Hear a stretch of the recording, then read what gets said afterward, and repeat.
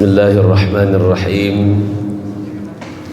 Assalamualaikum warahmatullahi wabarakatuh.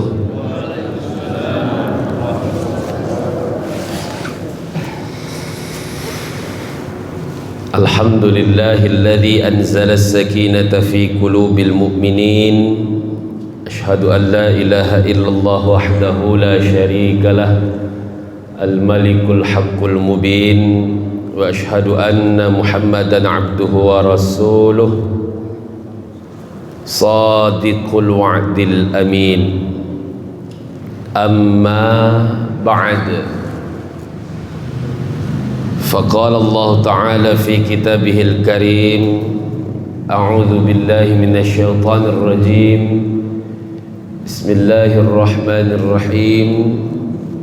يا أيها الذين آمنوا كتب عليكم الصيام كما كتب على الذين من قبلكم لعلكم تتقون. وقال رسول الله صلى الله عليه وسلم من صام رمضان إيمانا واحتسابا غفر له ما تقدم من ذنبه. Sadaqallahul azim wa sadaqa ala rasuluhun nabiyul karim wa nahnu ala dhalika minasy syahidin wa syakirin walhamdulillahi rabbil alamin. Dengan bismillah permulaan kalam, dengan nama Allah Khaliqul Alam yang telah memberikan kita nikmat iman dan Islam. Salawat berangkaikan salam kepada Nabi besar Muhammad sallallahu alaihi wasallam, mahkota dunia, junjungan alam yang syafaatnya sangat kita harapkan siang dan malam. Pengurus Badan Kemakmuran Masjid Jami Al-Ikhlas beserta seluruh jajaran, para tuan-tuan guru, alim ulama, bapak ibu jamaah salat subuh yang dirahmati oleh Allah Subhanahu wa taala. Alhamdulillah kita berhadir di masjid yang kita cintai ini untuk sama-sama melaksanakan salat subuh secara berjamaah, yang kita meyakini bahwa salat subuh berjamaah di masjid 27 kali lebih baik daripada sendirian di rumah. Setelah itu kita bertahmid, bertasbih, bertakbir kepada Allah Subhanahu wa taala, mengagungkan Allah, membesarkan, memuji Allah Subhanahu wa taala. Karena seberapa hebatnya pun kita lemah di hadapan Allah. Seberapa besarnya kekuatan kita tidak ada daya dan upaya di mata Allah Subhanahu wa taala. Lalu kita berdoa secara bersama-sama. Pada hakikatnya kita tak tahu doa siapa yang dikabulkan Allah di antara kita. Bisa saja bukan doa imam yang dikabulkan Allah, tapi ada salah seorang di antara kita yang memang bersih hatinya, ketika dia mengucapkan amin, Allah ijabah doa kita. Dan dilanjutkan dengan majelis ilmu. Maka majelis kita ini disebut dengan raudhah, taman surga. Kalau kita melaksanakan ibadah umroh di Masjid Nabawi, di antara mimbar dengan makam Nabi, itu disebut dengan raudhah. Karena di tempat itu banyak orang mengkaji ilmu agama, banyak orang mengaji, banyak orang mengingat Allah, maka disebut dengan raudhah.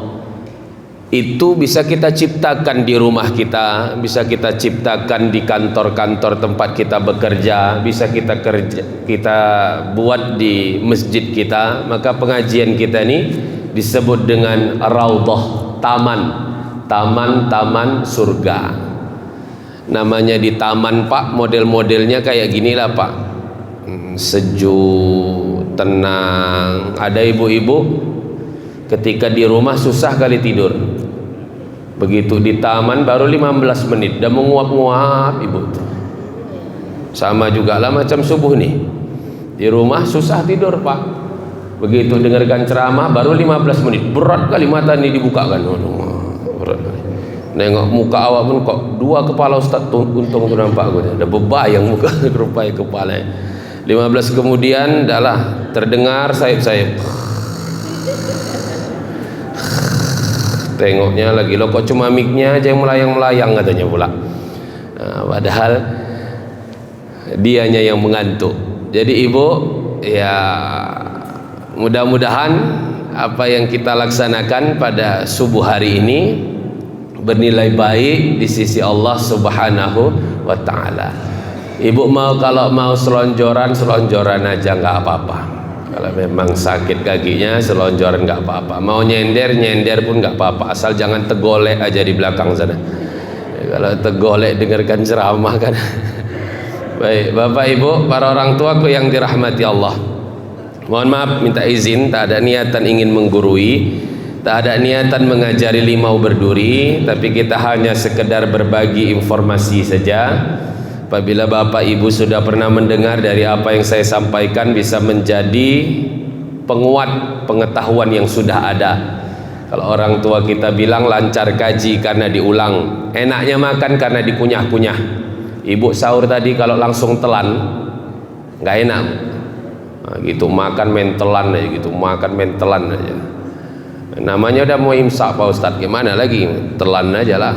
Apalagi model-model kita yang merokok Pak. Udah mau imsak bingung lah ini, mau merokok takut nggak ada waktu untuk makan. Kalau makan nggak ada waktu untuk merokok. Akhirnya udah aku selang-seling lah Pak Ustadz, sesuap merokok. Jadi semuanya kena. Jadi Bapak Ibu, para orang tuaku yang dirahmati Allah, kalau belum pernah mendengar dari apa yang saya sampaikan, bisa menjadi penambah pengetahuan baru. Allah Subhanahu wa taala berfirman di dalam Al-Qur'an surah Al-Baqarah ayat 183. A'udzu billahi minasyaitonir rajim. Bismillahirrahmanirrahim. Ya ayyuhalladzina amanu kutiba alaikumus shiyam kama kutiba alal ladzina min qablikum la'allakum tattaqun. Allah awali ayat ini dengan menggunakan harfun nida, huruf panggilan. Ada 8 huruf. Tergantung kita memanggil lawan bicara kita itu jaraknya jauh atau dekat. Ada alif, ada hamzah, ada ayya, ada hayya, ada ya panjang ke atas. Dari 8 huruf itu ada 1 huruf yang bisa digunakan baik jauh dan dekat. Tradisi Arab bisa digunakan baik jauh dekat. Itulah harfun nida jenis ya, panjang ke atas. Jadi kalau jaraknya jauh kita bisa gunakan itu. Ya Usman ta'al, hei Usman kemari. Dekat pun ya Usman ijlis, hei Usman duduklah. Di dalam kitab Al-Mu'jam Al-Mufarras li Al-Fadhil Quran, pengarangnya Muhammad Fuad Abdul Baqi, dijelaskan harfun nida jenis ya diulang dalam Al-Quran sebanyak 361 kali, yang digandengkan dengan kata amanu yang diulang dalam Quran sebanyak 258 kali. Jadi seolah-olah Allah memanggil kita, hai orang-orang yang punya iman. Tak peduli imannya jauh, imannya dekat, asalkan ada iman di dalam hatinya, semua terpanggil ketika Ramadan tiba. Makanya kalau kita lihat Bapak Ibu, beda semangat beribadah bulan suci Ramadan. Niatannya apa? Yang imannya jauh bisa menjadi dekat, bisa menjadi semakin kuat dengan masjid. Yang imannya sudah kuat, makin melekat, makin nyaman berada di masjid. Nah, itu niatannya. Apalagi ada kata alladzina. Alladzina itu memanggil semua kalangan. tak melihat usia. Maka kita lihat Bapak Ibu, ketika Ramadan semua ada, atu-atu, bapak-bapak, uak-uak, nenek-nenek, anak-anak, semua dia. Kalau biasa di subuh biasa jarang kita lihat Pak anak-anak sholat subuh. Tapi kita lihatlah kalau misalnya Ramadan, orang itu duluan yang datang daripada awak. Itu panggilan Allah. Asalkan ada iman di dalam hatinya, otomatis terpanggillah untuk beribadah di bulan suci Ramadan. Itu makna harfun nida yang ada di dalam ayat ini. Baru ada perintah as-siyam, puasa. Rasul Bapak Ibu 2 bulan sebelum Ramadan sudah berdoa agar dapat berjumpa dengan bulan Ramadan ini. Allahumma barik lana fi Rajaba wa Sya'ban wa balighna Ramadan. Ya Allah, berkahi kami di bulan Rajab, berkahi kami di bulan Sya'ban, dan sampaikanlah kami pada bulan suci Ramadan. 2 bulan, Bu. Kalau bulan ini adalah bulan penghapus dosa, Rasul tak berdosa, Pak. Tak pernah buat maksiat, maksum, terjaga. Kalau bulan ini yang bisa mengantarkan kita masuk ke dalam surga, Rasul sudah dijamin masuk ke dalam surga.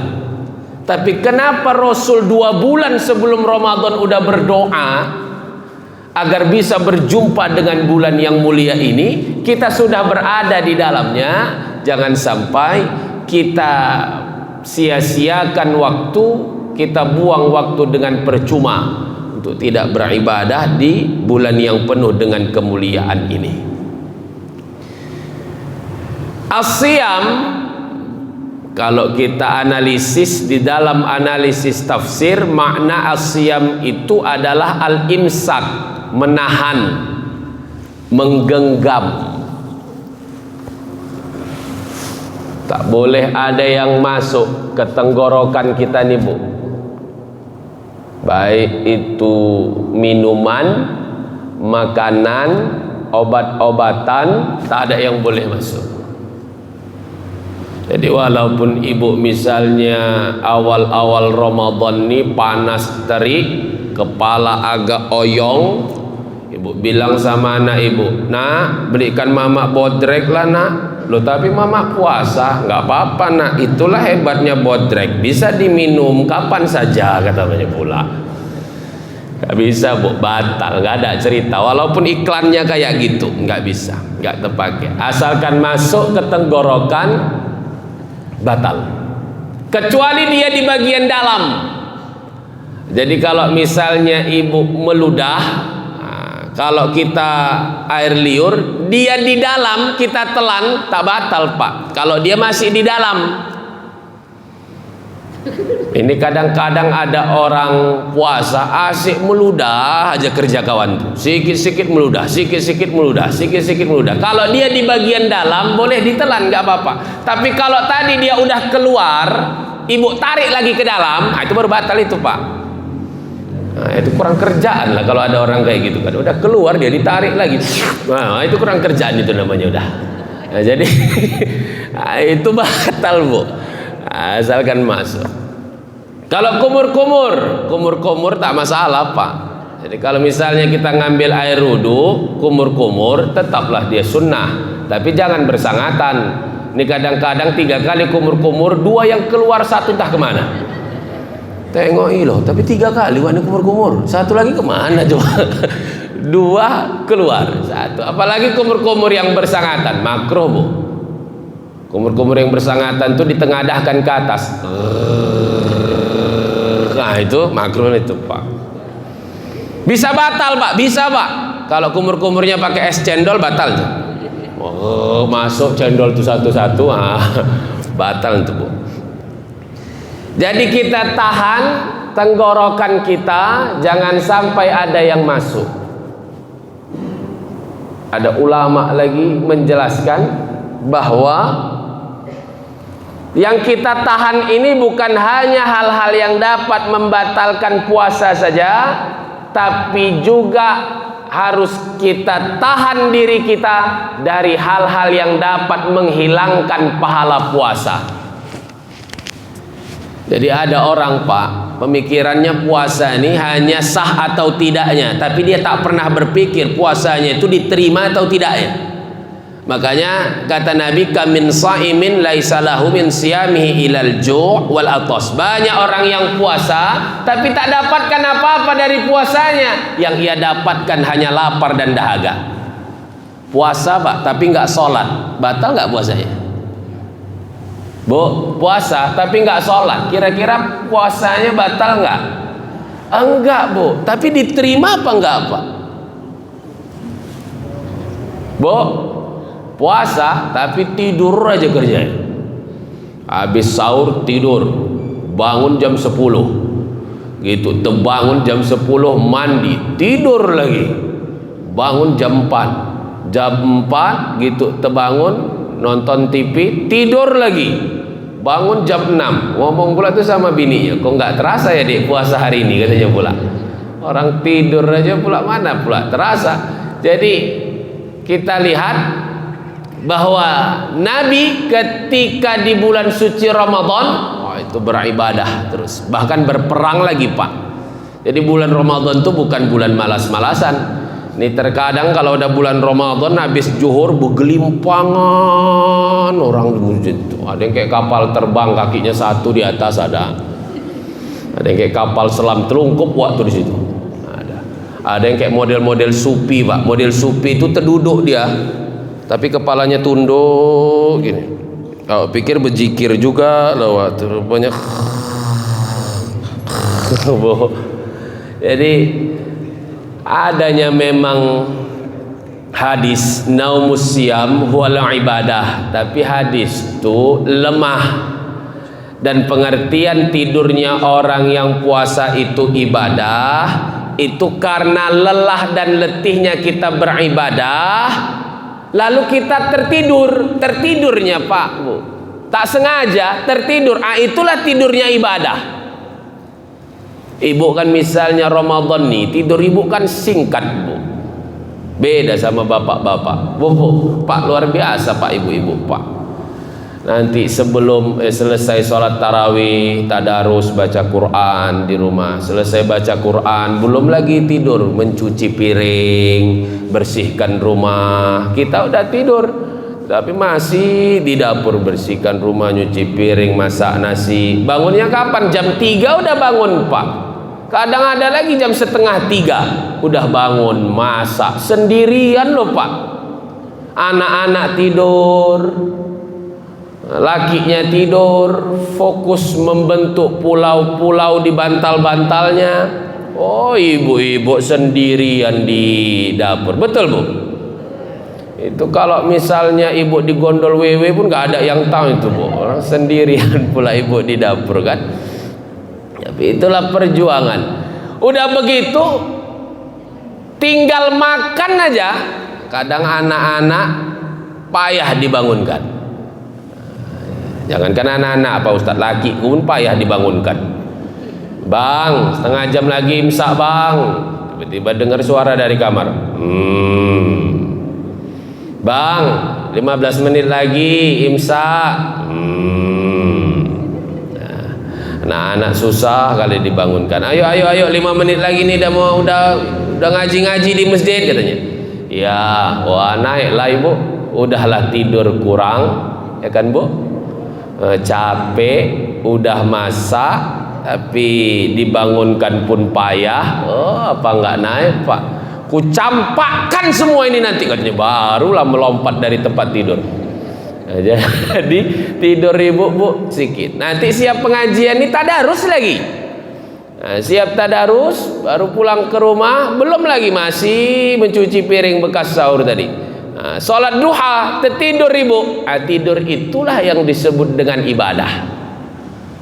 Jadi ada lelah, Pak, lelah yang dicintai Allah. Lelah yang dicintai Allah salah satunya adalah lelah dalam beribadah. Lelah dalam beribadah itu, Pak, dicintai Allah. Kalau kita lelah berdoa, diijabah Allah doa kita. Jadi jangan mengeluh. Ini kadang-kadang awak lelah beribadah bukan berdoa tapi mengeluh. Lama kali Ustaz ni imam tarawih, patah pinggangku dibuatnya entah apa-apa yang dibaca. Tobat aku sholat di masjid ni, bagus besok aku sholat di masjid sebelah katanya. Itu sholat di masjid sebelah, tengok ya imamnya Ustaz tuh lagi coba. Jadi jangan pernah kita mengeluh, tapi berdoa kepada Allah, karena lelah dalam beribadah itu adalah lelah yang dicintai oleh Allah Subhanahu wa ta'ala. Ibu pun begitu, Bu. Lelah mengurus rumah, mengurus keluarga, itu lelah yang dicintai oleh Allah. Jadi ibu kalau misalnya mengurus rumah, ngurus suami, ngurus anak-anak, jangan merepet. Sayang, Bu. Karena itu lelah yang dicintai Allah. Berdoa, ya Allah, berikan aku kekuatan untuk dapat maksimal melayani keluargaku, mengurus rumahku, mengurus rumah tanggaku, mengurus anak-anakku, mengurus suamiku. Berikan aku kekuatan ya Allah. Walaupun terkadang yang awak urus kadang-kadang bikin pening kepala, lakiku banyak kali tingkahnya, jijik kali aku nengokkannya. Udahlah awak urus, merepet aja kerjanya, semua salah di matanya. Ini salah, itu salah, ini salah, anakku lagi. Yubo, izin, mohon maaf, jangan pernah mengeluh. Karena mengurus keluarga, lelah letih kita, itu adalah lelah yang dicintai oleh Allah Subhanahu wa ta'ala. Jadi Bapak Ibu, para orang tuaku yang dirahmati Allah, kita jaga, kita tahan diri kita, jangan sampai puasa kita itu sia-sia. Ada dua yang harus kita jaga Bapak Ibu. Pertama, bisa sia-sia puasa kita itu karena mata kita, Pak. Kalau ibu karena lisan kita, Bu. Biasa kalau tantangan kita laki-laki ini, Pak, dari mata. Kalau ibu banyak dosanya dari mulut. Makanya ibu perhatikan kalau laki-laki menangis itu yang ditutup matanya. Kalau laki-laki nangis yang ditutup matanya. Tapi kalau perempuan menangis yang ditutup mulutnya.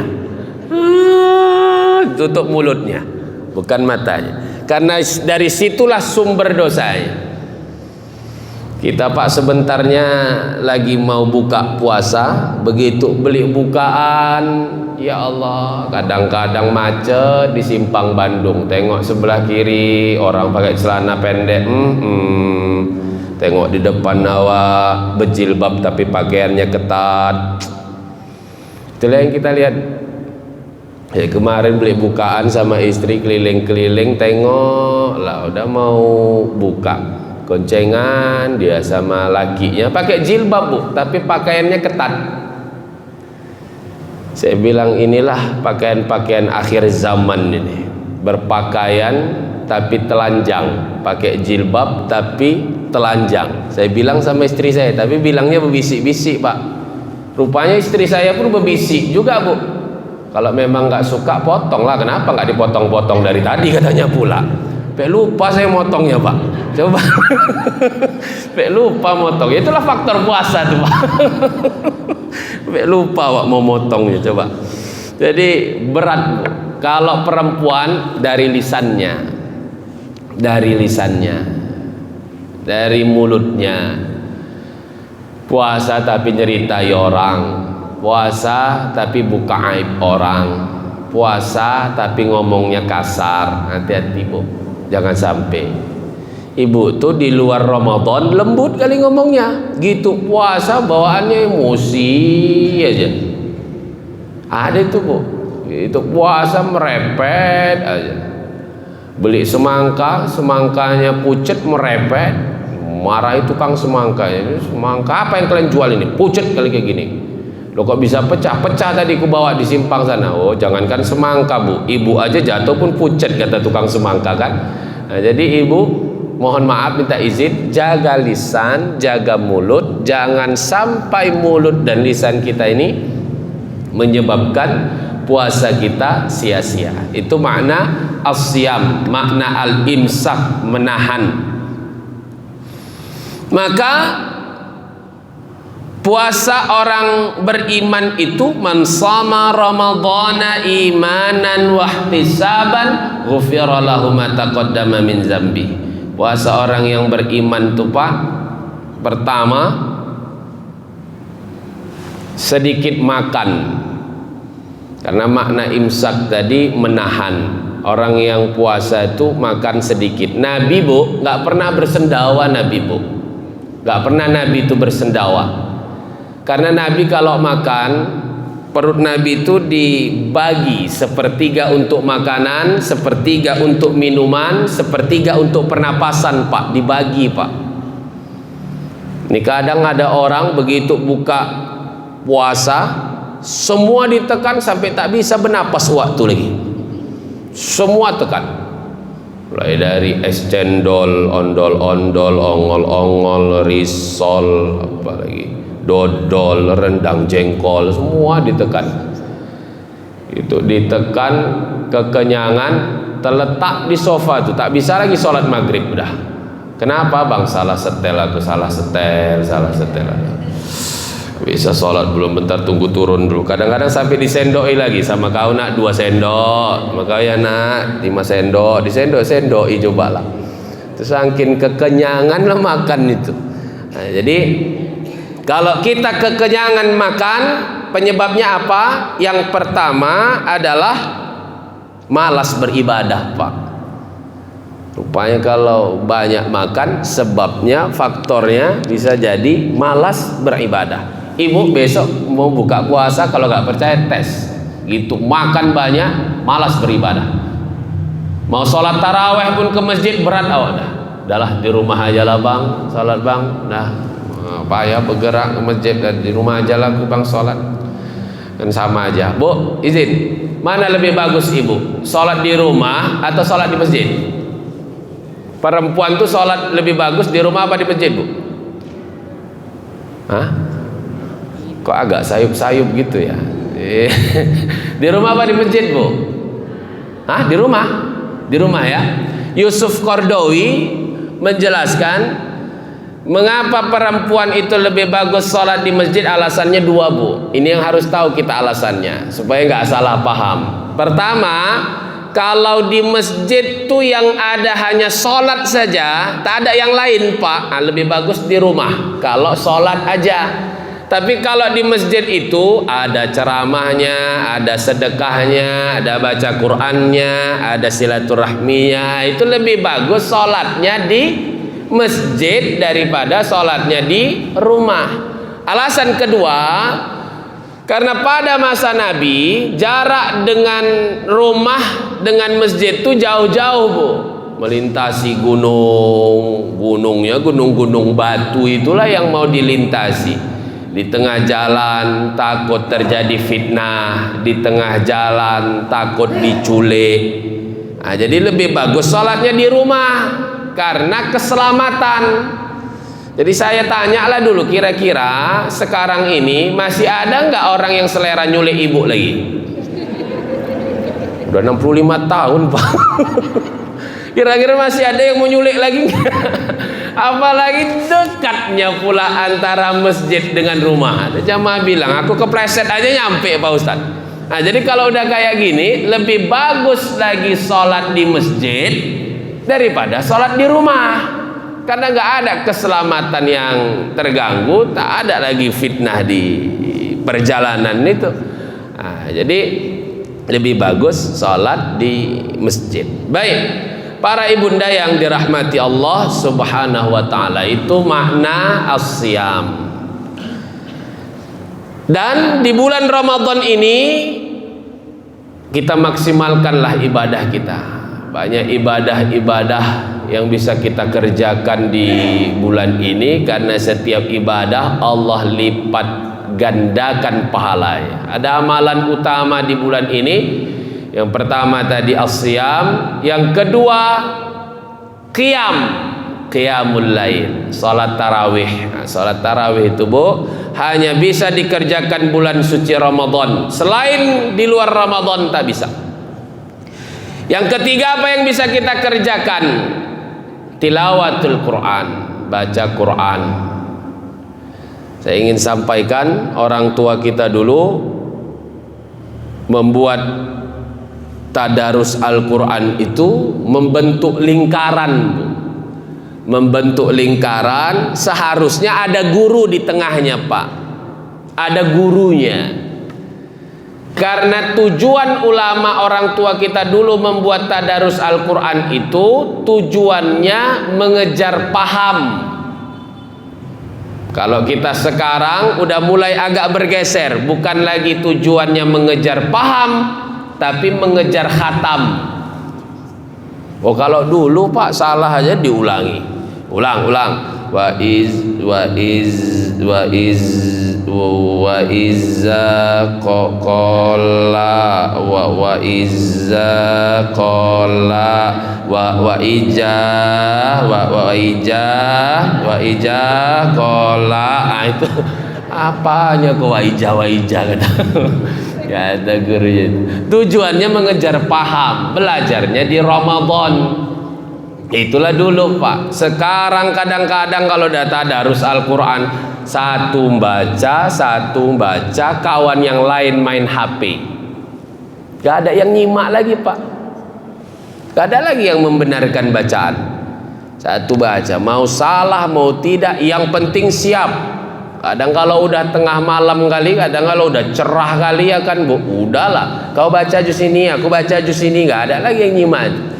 Tujuannya bukan mengejar paham, tapi tujuannya adalah mengejar khatam. Nah, ini yang harus kita perbaiki. Baru amalan apa lagi yang bisa kita kerjakan? Sedekah. Nah, jadi kalau bulan suci Ramadan ini bulan bersedekah. Nabi, Bu, saya selalu sampaikan, Nabi kalau udah bulan Ramadan, ya Allah, sedekahnya itu habis-habisan Pak, sampai nggak ada sedekahnya itu. Nabi tanya Aisyah, apa bukaan kita? Tinggal 3 butir kurma ya Rasulullah. Berikan 2 butir kepada pemuda ini. 3 butir lagi kurma Pak, bisa 2 butir lagi disedekahkan. Begitu berbuka, Nabi tanya lagi, Aisyah, apa bukaan kita? Tinggal sebutir kurma ya Rasulullah, berikan kepadaku. Diambil Rasul kurma tadi, Rasul hanya membatalkan puasanya saja, Bu. Diemut kurma tadi, diberikan kepada Aisyah. Aisyah makan. Setelah Aisyah memakannya, Aisyah berkata, baru kali ini aku merasakan kenyang yang luar biasa.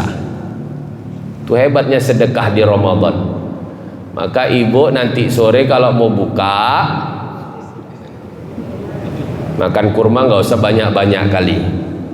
Ambil 1 kasihkan ke bapak. Bang, mut lah dulu bang, coba kan. Nah itu ya. Insya Allah Bu, kemungkinannya 2 itu Bu. Kemungkinan pertama ibu kenyang, kemungkinan yang kedua ibu mual dibuatnya ya. Ya, maunya puasa gitu kan. Apa enggak mual lah nekan kurma dimut-mut pula sama laki. Laki pun semangat kali kemudian, nah dek mantap ini katanya pula. Ajab. Jadi ibu sedekah. Harus kita tanamkanlah prinsip di dalam diri kita. Syekh Mutawalli katakan, kullama zadatis sadaqatu zadar rizku. Setiap kali bertambah sedekah, maka pasti bertambah rezeki. Kalau kita beri, Allah beri. Kalau kita keluarkan, Allah keluarkan. Kalau kita tahan, Allah pun tahan. Kalau kita tunda, Allah pun tunda. Nah, itulah prinsipnya Bu.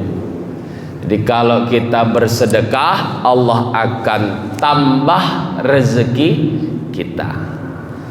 Jadi ibu, para orang tuaku yang dirahmati Allah, bahkan sedekah itu bisa membuat rezeki kita menjadi berkah. Rezekinya jadi berkah. Dengan rezeki itu semakin semangat kita beribadah. Ada orang, Bapak Ibu, mohon maaf, diberikan Allah nikmat, diberikan Allah rezeki, tapi malah semakin jauh dari yang memberikan rezeki. Ada nggak Pak? Makin dapat rezeki makin jauh dari Allah. Sa'labah waktu dulu miskin, Bu, cuma punya sehelai sarung, rajin beribadah.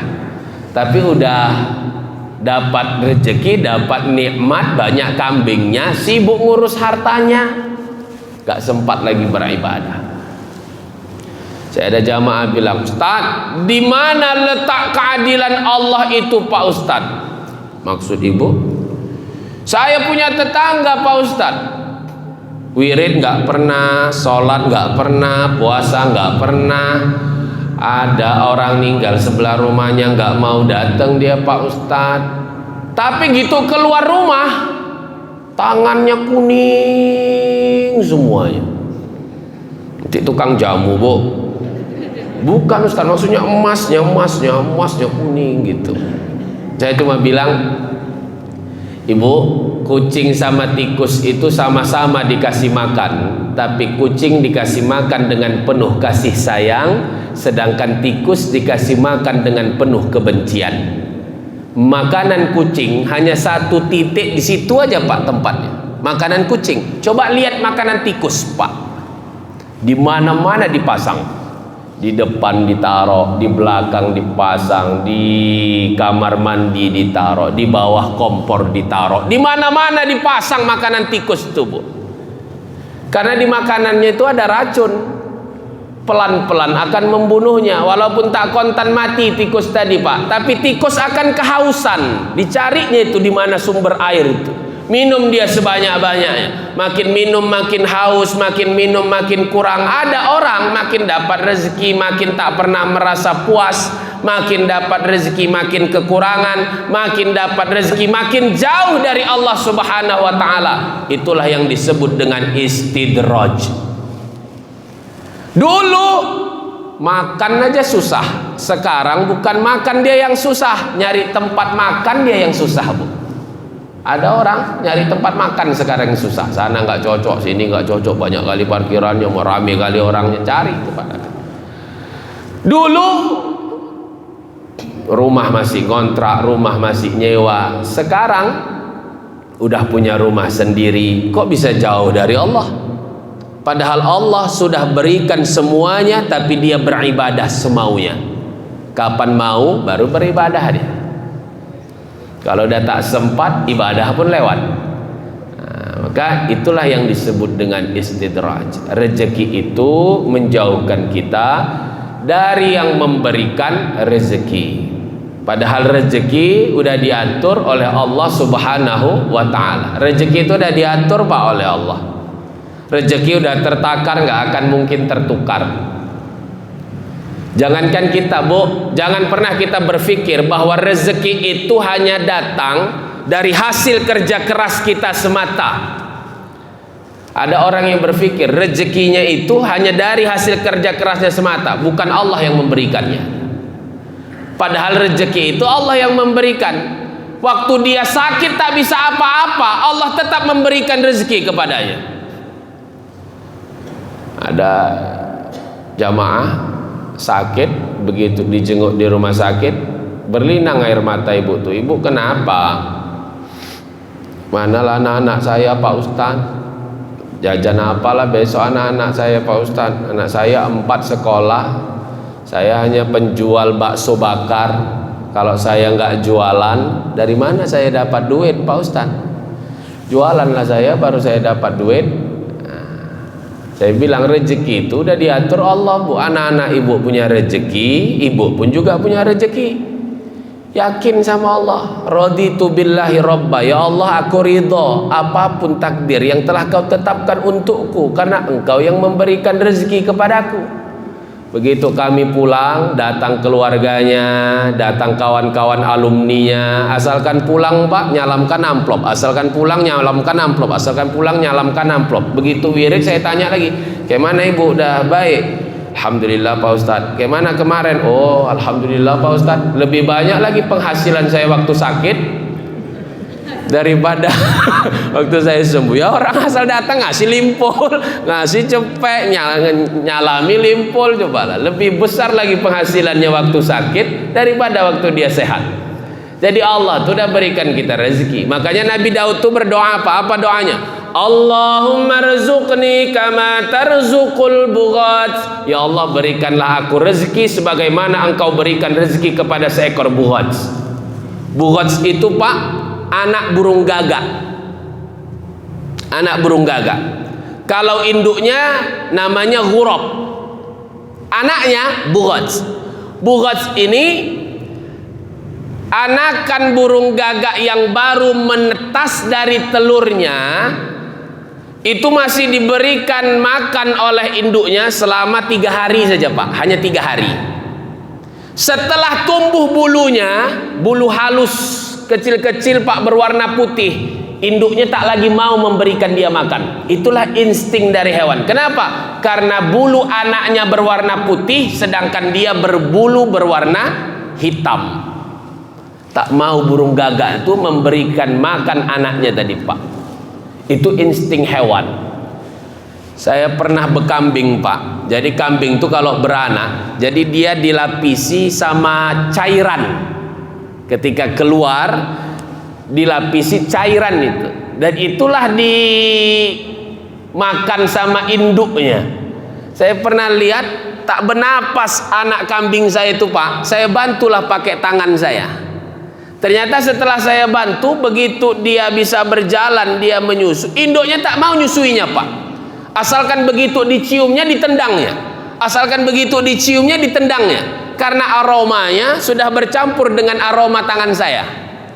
Itu insting hewan. Begitulah tadi burung gagak, dilihatnya lah anaknya itu berwarna putih, tak mau lagi dia memberikan makannya. Itu istilahnya kalau burung gagak itu, burung gagak Bandar Setia ngomong tuh, kau sebenarnya anak siapanya kau ini? Aku hitam warna putih pula, jangan-jangan anak tetangga kau ini. Bisa pula kau kayak gini bentuk kau ini. Males sekali aku nyari makan. Begitulah model-modelnya. Jadi apakah anak burung gagak ini ketika tak diberi makan induknya dia mati Pak? Karena dia belum bisa terbang. Melihat aja dia belum bisa, apalagi terbang. Tapi rezekinya sudah diatur oleh Allah. Ternyata dari bulunya yang halus itu mengeluarkan minyak. Minyaknya itu beraroma yang membuat serangga kecil dan ulat-ulat berdatangan ke sarangnya Bu. Itulah yang menjadi makanannya. Makanya Nabi Daud berdoa, Allahumma rzuqni kama tarzuqul bughat. Ya Allah, berikan aku rezeki sebagaimana engkau berikan rezeki kepada seekor bughat. Rezeki itu yang datang menghampiri kita, bukan kita lintang pukang mencarinya. Jangankan sampai keringat jagung, keringat buntet awak nyari rezeki itu Bu. Rupanya itu doa Nabi Daud supaya rezeki itu yang datang menghampiri kita. Ibu kalau mau hafal, hafal lah Bu. Allahumma rzuqni kama tarzuqul bughat. Ya Allah, berikan aku rezeki sebagaimana engkau berikan rezeki kepada seekor bughat. Karena rezeki kita itu sudah diatur. Saya selalu sampaikan, kucing yang hidupnya di darat, Allah takdirkan makanannya ikan yang hidupnya di laut. Kucing jangankan berenang Bu, sama air pun dia takut. Ibu siramlah kucing tuh pakai air, kalau nggak lintang pukang dia. Tapi apakah kucing tak bisa makan? Walaupun dia tak bisa berenang, bisa, masih bisa dia makan Bu.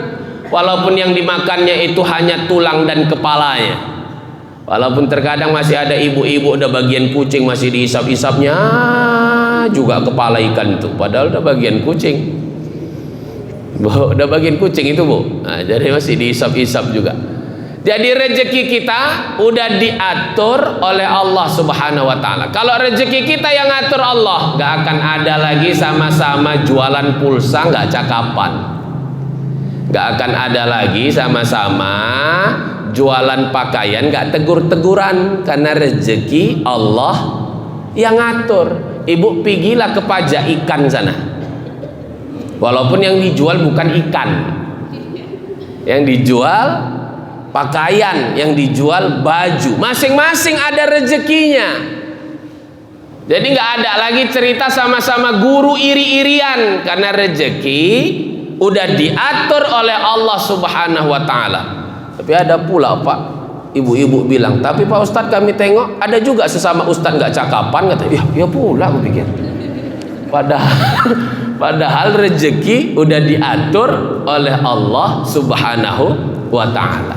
Jadi kalau rezeki kita udah diatur oleh Allah, kita hanya berharap Allah Subhanahu wa taala memberikan yang terbaik kepada kita. Jangan pernah mengeluh. Rezeki bukan hanya harta. Bu, izin. Harta itu rezeki yang paling rendah.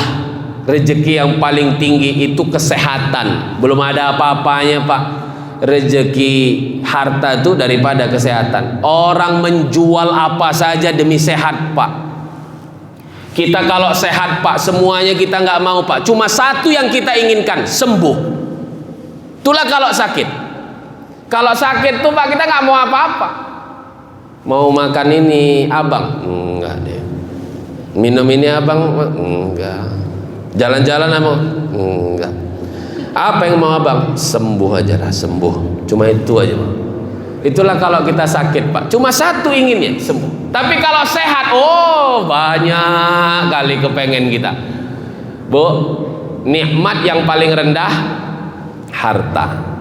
Baru nikmat yang mulia itu anak. Jadi ibu jangan pernah ngeluh kita, Bu, kalau kita punya anak.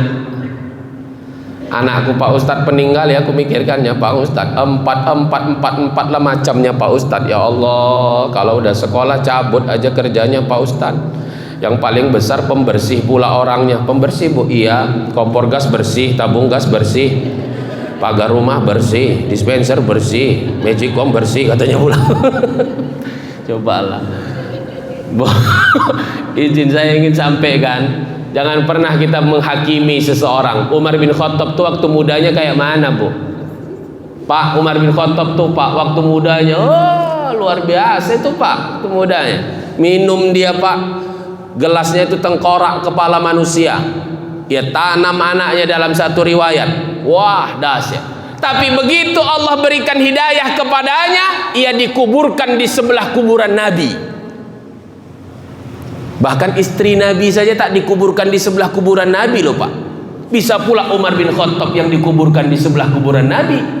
Jadi jangan pernah menghakimi seseorang. Kita nggak tahu, Bu, anak mana yang ikhlas merawat dan menjaga kita. Nggak tahu kita, Bu. Bisa saja kita berharap ini anakku baik budi, paling pintar, paling rajin. Tiba-tiba karena kecerdasannya jauh dia bekerja dari kita. Sibuk dia dengan kerjanya, sibuk dia dengan dunianya, sibuk dia dengan anak-anaknya, tak pernah lagi bersama kita. Ada anak yang bandelnya luar biasa. Nengokkan muka dia pun pengen jambakkan aja awak tengokkan nih. Tapi tiba-tiba begitu Allah berikan hidayah, rupanya dia yang paling ikhlas merawat menjaga kita. Kemana ibu wirid diantarkannya ibu, dijemputnya ibu. Kalau mau belanja digoncengnya ibu. Nah, kita nggak tahu, Bu, anak mana yang merawat dan menjaga kita. Nah, jadi jangan pernah mengeluh. Karena anak yang kita keluhkan itu adalah sesuatu yang diimpikan oleh orang tua yang tak punya anak. Pak, izin Pak, orang tua yang tak punya anak itu, ya Allah, luar biasa Pak perjuangannya, Pak. Saya tahu karena abang saya yang nomor 2 12 tahun belum punya anak, yang nomor 3 8 tahun belum punya anak. Saya lihat perjuangan mereka, Pak. Oh, luar biasa. Medis datangi, non medis datangi, pergi ke sana bang, ke sana bang, abang berkusuk bang, insya Allah bang, ada anak bang. Begitu berkusuk nggak juga ada. Kayak mana bang? Sampai terkilir tangan nenek tutung, katanya pulang. Nggak ada. Makan toge abang, makan toge, nggak usah cerita makan toge. Dari nenek tukang toge masih hidup, katanya. Sampai meninggal nenek itu untuk gitu. Ya udahlah, kalau memang belum rezeki, inilah memang takdir yang telah ditetapkan Allah untuk abang. Wah, Pak, itulah perjuangan. Jadi kalau udah itu takdir kita, terima aja lah, Bu. Itu takdir kita. Raditu billahi rabba. Ya Allah, aku ridho. Apapun takdir yang telah kau tetapkan, kau tentukan untukku, aku ridho. Ujian, musibah, nikmat, rezeki, itu takdir yang telah ditentukan Allah. Jangan pernah kita ngeluh. Maka terakhir, kunci kebahagiaan itu 2. Syukur, sabar, syukur, sabar, syukur, sabar. Itu aja, Bu. Kunci kebahagiaan. Ibu punya laki ganteng, rajin ke masjid, syukur. Punya laki salah jawab di matanya, sabar. Punya laki gajinya 10 juta setiap bulan ngasih ibu, syukur. Punya laki setiap bulan ngasih 300.000, itu udah sama uang token. Sabar ya. Punya tetangga, asalkan pergi sampai ke rumahnya, ada aja yang nyampe ke rumah kita, syukur. Punya tetangga muncungnya lancip kali, sabar ya, syukur, sabar. Punya anak bisa diatur, syukur. Punya anak main HP aja kerjanya, sabar, syukur, sabar, syukur, sabar. Mudah-mudahan insyaallah ya Bu ya. Nah, baik, terakhir Bapak Ibu, ayo jaga lisan kita, jangan sampai kita menyakiti hati pasangan-pasangan kita. Saya terkadang melihat Pak agak herannya gini Pak, Bu, izin. Terkadang banyak istri-istri itu sama kawan wiridnya dia minta maaf, sama tetangganya minta maaf, sampai menangis-nangis dia minta maaf. Gitu sama lakinya, gak mau dia minta maaf Pak. Padahal dosanya, kesalahannya lebih banyak lagi sama lakinya daripada sama kawan wiridnya. Ini kalau udah sama kawan wirid, sama kawan wirid, sama laki nggak mau minta maaf. Ibu izin, kalau kemarin belum sempat minta maaf lah Ibu. Ini baru-baru di awal Ramadan, minta maaf sama laki, Bang, minta maaf aku ya Bang. Kenapa deh? Sering aku bohong sama abang Bang. Bohong apa? Sebenarnya gaji abang yang 7 juta itu cukup lah Bang. Tapi kok bilang kurang. Iya Bang, diam-diam aku di belakang abang angsur gamis aku Bang sama Kati Bang. Ya Allah deh, 4 setel ku angsur Bang, nanti lebaran baru diantarnya Bang. Ya Allah, udah nggak apa-apa lah deh. Abang pun minta maaf ya deh. Kenapa Bang? Abang pun sering bohong sama kau deh. Bohong apa Bang? Sebenarnya gaji abang nggak 7 juta deh sebulan. Jadi berapa Bang? 10 juta.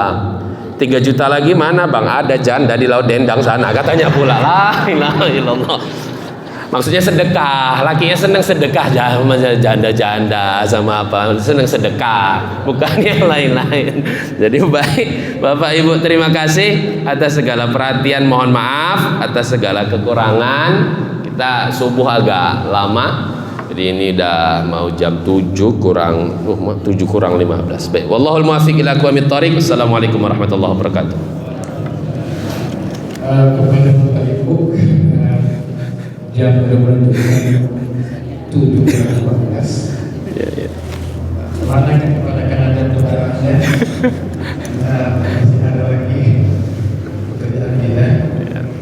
Oh ya, hari Senin ya. Hari Senin ya. Kalau ada Ibu.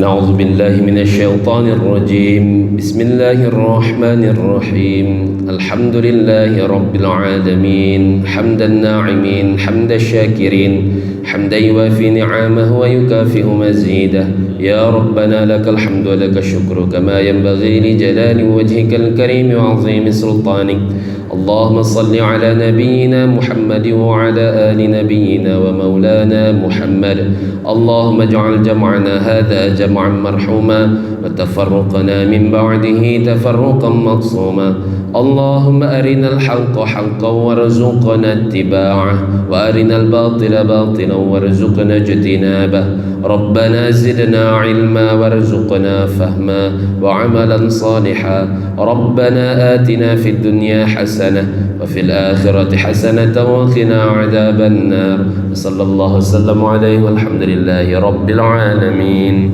تقبل الله منكم